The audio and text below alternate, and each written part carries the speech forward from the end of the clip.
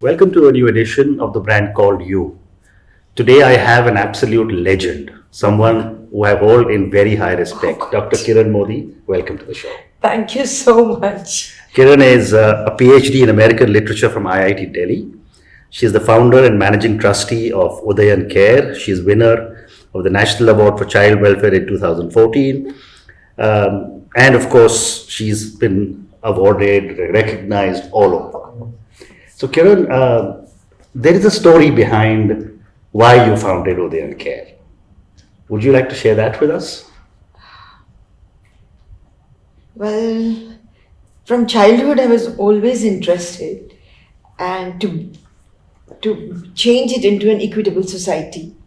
It really affected me that I was going to a good school and my mate's daughter, she was at home and helping her mother do all kinds of chores. So I used to teach her. Another, disadvantaged girl in the neighborhood, I used to teach them.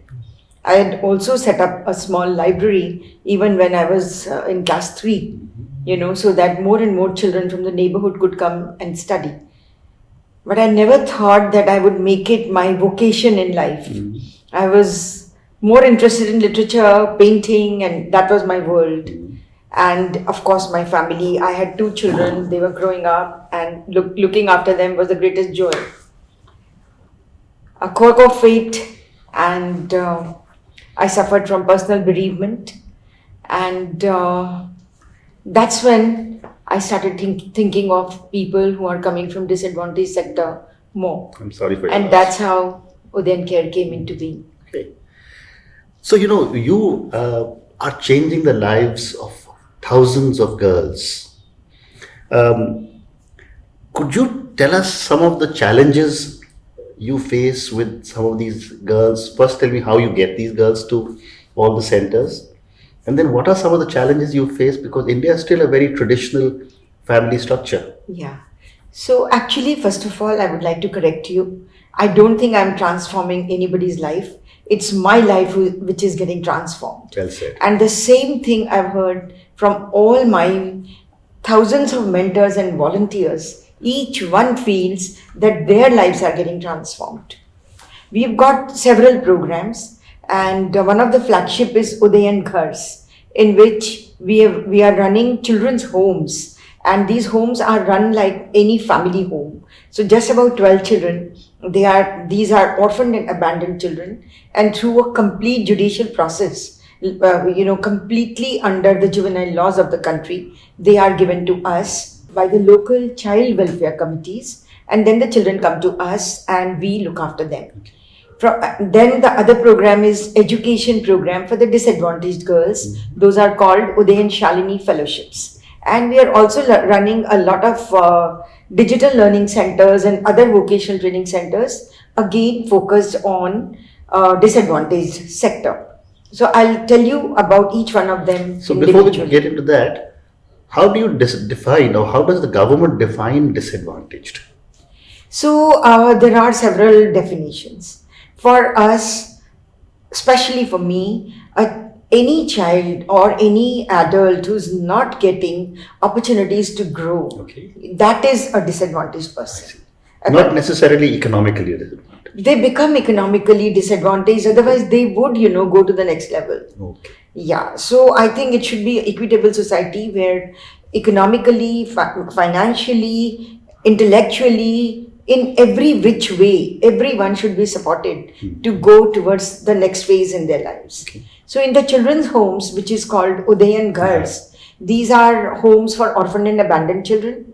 And these children are given to us by the CWCs, and then we raise them like our own children. The difference that we brought here is by enrolling people like you and me as lifetime committed mentor parents. So that's the big change that we have brought in here. These parents who are also successful parents in their own right, because they've raised their own children, now they are able to bring their parenting skills to these children who are either coming from dysfunctional families or who never had parents because they never saw their parents. So it is bringing in a lot of inputs and intellectual capabilities, and children are evolving.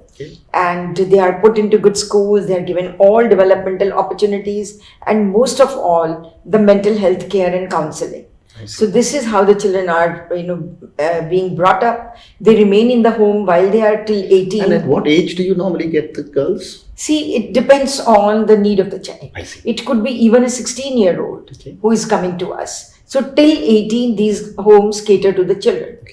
And after that, they go to our aftercare facilities and they are supported. And talk to us about the aftercare facility. Aftercare means, above 18. So we have very good juvenile laws in our country. So in the Juvenile Justice Act clearly mentioned that how the aftercare should be run, but hardly any aftercare is happening. Most of the time, even judicial functionaries, they think their job is over at the age of 18. Now the child has become adult, go out. But tell me, you or me or anyone, has anybody survived after 18 on their own? No. They always needed, support. Correct. So this is how we are doing. So till the time they finish their education, they get into jobs, till then they are our responsibility, actually even beyond. So like recently a 27-year-old, he's been in the job for the last 4 years, living on his own, making very good with his life. Now he has found a girl for himself. So he came to us for his marriage and we, got him married. So similarly, we have got 28 girls whom we have helped in getting married at different phases. Amazing. And now we are proud grandparents of 29 children. Incredible. So this is very beautiful and it gives us so much joy to have this kind of a stability and a continued relationship with the children. Then in the Udayan Shalini Fellowship Program, we look at girls from the disadvantaged families in class 11. There is a huge process called NAT, Needs, Ambition, Talent.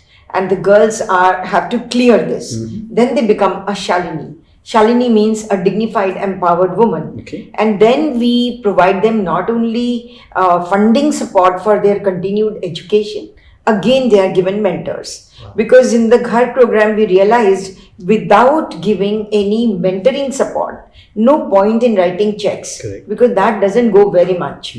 So these girls are getting very good mentors who support them, who talk to them and make them think of their own future goals and help them setting up goals and kind of push them towards that goal.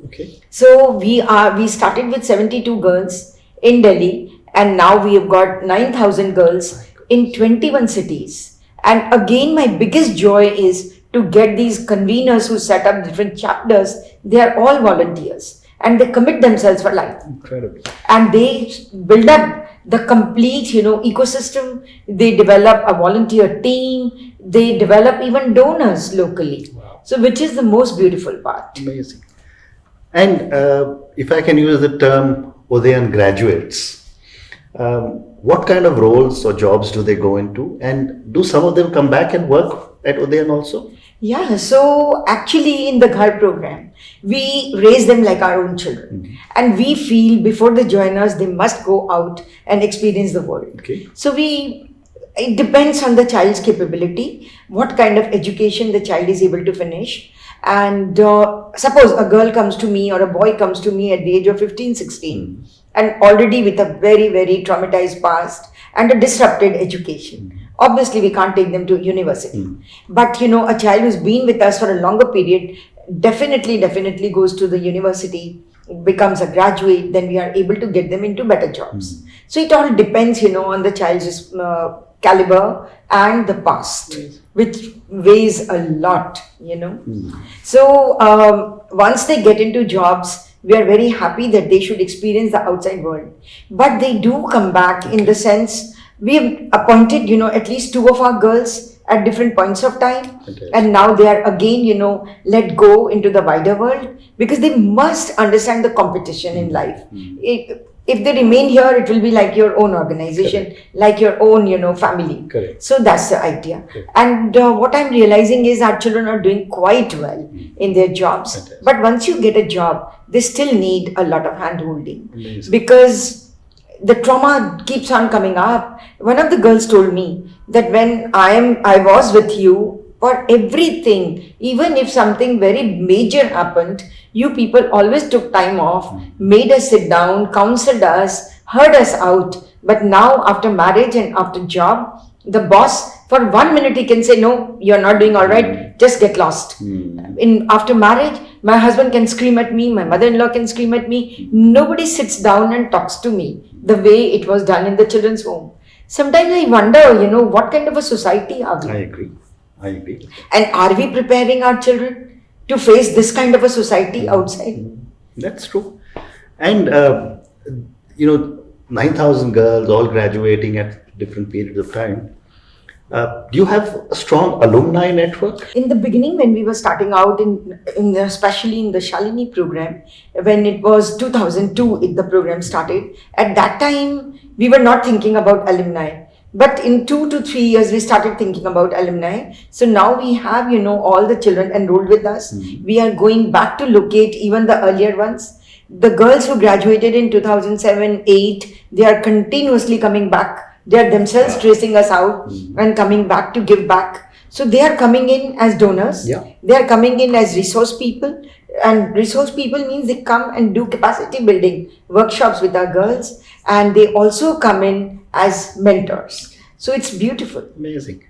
And the last one of your programs, which we haven't spoken about, is Udayan Care Info Technology and Vocational Training. Yes. Talk to me about this. Yeah. So we have 17 such centers where digital learning, and which is very, very employability focused, like for example, turning them into graphic designers, turning them into accountants, desktop publishers. So we are training different kinds of courses to different communities who are coming from disadvantaged background. So these are all youth. Yeah. Many of them have dropped out from school.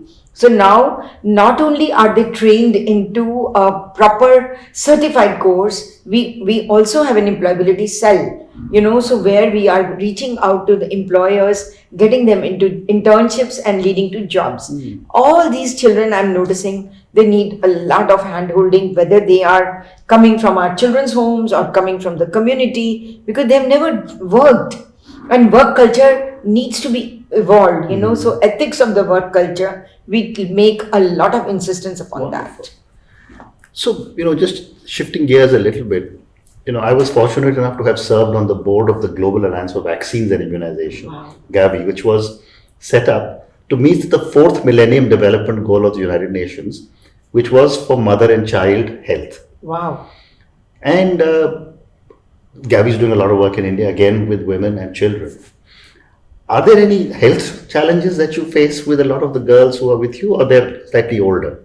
See, there are different kinds of challenges and different ways of meeting with them.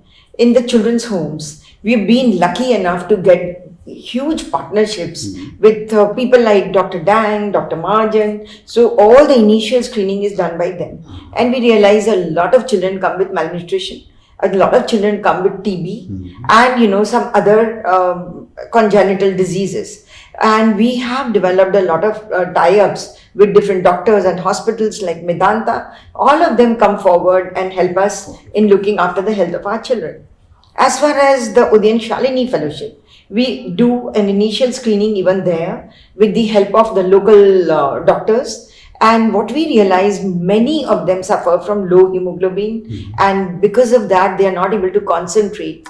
Many of them have been found to be in depression. Okay. And it was to my utter shock, 2 girls were also found to be with thalassemia. Wow. Out of 100 girls whom we got tested, 2 girls got thalassemia. So, it's very important to screen them when they come to us so that necessary action could be taken. Amazing. So, Kiran, there are a lot of people who are listening to us, or will be seeing your video. How does someone get associated with you, either as a mentor parent, or to fund, or as a donor, or even because of the reach to the corporate world, how does someone start offering internships to a lot of the girls there? Yeah, so actually it's very simple because we are available on the website www.udayancare.org, Okay. and all kinds of possible help that you can render is listed there. I see. You can come in as a donor, you can come in as an individual donor, you can come in as a corporate donor Yeah. under CSR or even personally. You can come in as an employer who can offer job opportunities to our children, but these are on the website. But we also make enough efforts Okay. to reach out, Okay. and that's how our tribe of mentors and volunteers, it has really grown. We have school and university tie-ups where school students and university students, they are coming to us for internships. So we give them properly defined profiles so that they can work with us 1 month to 3 months. Even from international universities, a lot of students are coming. Okay. So they find it worthwhile, and we find it worthwhile to invest in them. Because one, we are very much interested in creating a cadre of socially sensitive people. It gives them an opportunity to know about the NGO and also deliver something which otherwise we would have paid for. Another thing that we've been doing, and I don't think we had the opportunity to talk about it, if I could add it here. Please. After doing so many years of direct support, we are realizing that I can't touch all the children. There are 22.3 million orphaned children in India. My goodness. And if from my children's home so far, maybe 1,500 children have been, passing through. I can't touch all. So we started realizing that it's not important only to do our work properly, but it's very important to develop training programs, to reach out to different functionaries of government as well as NGO sector, develop advocacy around standards of care, Okay. what are the other alternative care for reforms. So we have been conducting a lot of conferences, national as well as international, and they've become quite institutionalized. These are called biennial conferences, BICONs. Okay. So already we have done 3 such international conferences. The 4th one is on the way. Next year in the month of September, we will be conducting this international conference with the help of a host of national and international funding. And we have also been very much interested in collectivizing different kinds of stakeholders. When you are able to collectivize, when you are together on a platform, you are able to share your vision, your voice, and make a voice that can reach out to the government. So we've been able to collectivize care leavers, 18 plus youth, not only from our organization, but from other organizations also. So they are coming together, they are meeting, they are discussing their own problems of growing up, what can be done, and they've started writing down, and things have started reaching out to the government.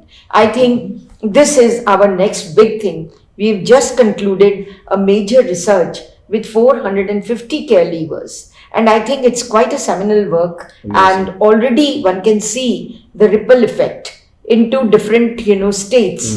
Everyone has started realizing the value of aftercare. Well, it's often been said that if you educate a girl, you educate a family. True. And you actually then change the lives of the girl. An educated girl can change the lives of a family. Absolutely. You have the satisfaction of seeing this happening right in front of your eyes. Absolutely. God has been great. Wonderful. So, Kiran, let me move to a few questions for you personally. You always wanted to do this from the time you were a child, started Udayan Care, looking after so many girls and doing such an amazing amount of work. What is the secret of your success? I don't think there is any secret. You just have to have passion, compassion, determination. Passion, compassion, determination. Okay. And I don't think, when people ask me what were the challenges, you must have noticed that I could not answer that question. Because I don't feel it is challenges. These are like any work that you do, there will be, certain issues which you need to address. And I think God takes care. And if you are passionate enough, I firmly believe, something starts happening in the cosmos and everyone comes round and things start happening.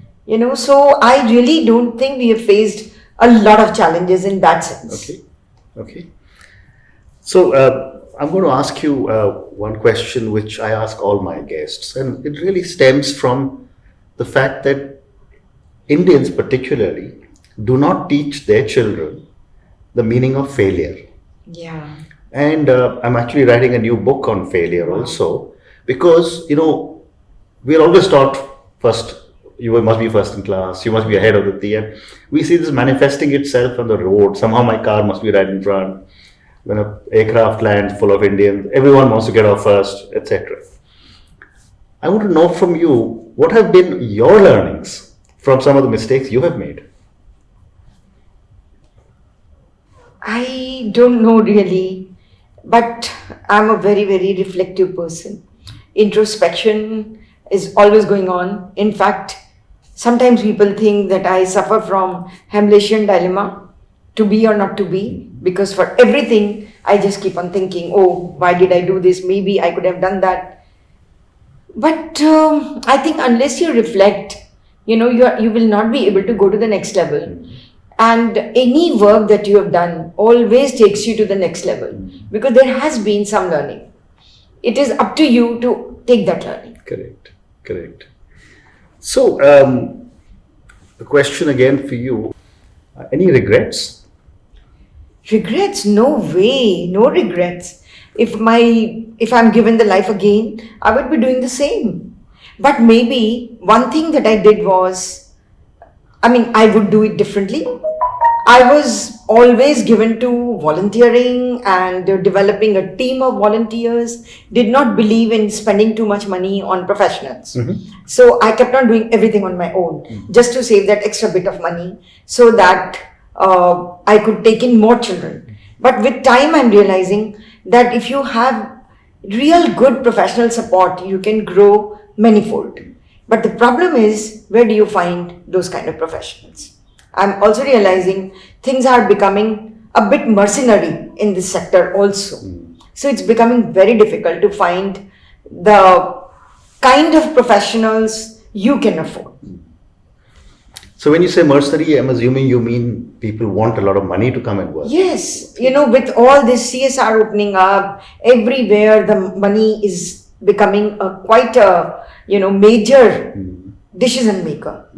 It's not like earlier when people just used to wear a kurta pajama and a jhola and would go to the villages and work because of their passion. It's no longer like that, which is also good. This sector also needs to grow. This sector also needs to draw the best of the people, just the way the corporate world does. And I'm noticing that many social sector, corporate people are getting into the social sector, which is very good. But somewhere one has to make a balance. I'm of firm opinion that if you have other sectors, other ways of making your two ends meet, you should not be looking at the social sector for making money. That's my firm belief. And that's why I've been able to develop this huge volunteer force. We are in 21 cities for USF and another few cities for the Udayan Care program. Everywhere these are the volunteers who have committed themselves for life and they are managing the programs. I think this must be one of the rare programs where you will find volunteers in such key positions. I agree. So one last question for you. You spoke about 22.3 million orphans. I think it is 23.6. I'm getting a little confused. That's okay. 23, whatever. Yeah. But a very large number of children who are orphans. And while you're doing a huge amount of work, you say, I wish I would have touched more people. What would your thoughts be if other organizations want to replicate the success of Udayan? We would be more than happy. That's why we have developed, so many training programs, and we are continuously calling for conferences and seminars so that more and more, not only of our work, there are any number of good models. It's not, Udayan Care is only creating a different model. Yes, it is different, but there are other models also which are very good. So, and these models need to be documented. These models need to be shown to the people so that more and more people start coming into the sector. So Kiran, thank you very much. I wish you lots and lots of success for the amazing work you're doing. I'm grateful you agreed to come to our podcast and videocast. All the best. I can't tell you how grateful I am to you for giving me this opportunity. Thank you. Thank you very much. Thank you for listening to the Brand Called You podcast. Be sure to visit tbcy.in to join the conversation, access show notes, and discover fantastic bonus content. You can follow us on YouTube, Twitter, Facebook, and Instagram. Simply search for the Brand Called You. Thank you and see you next week.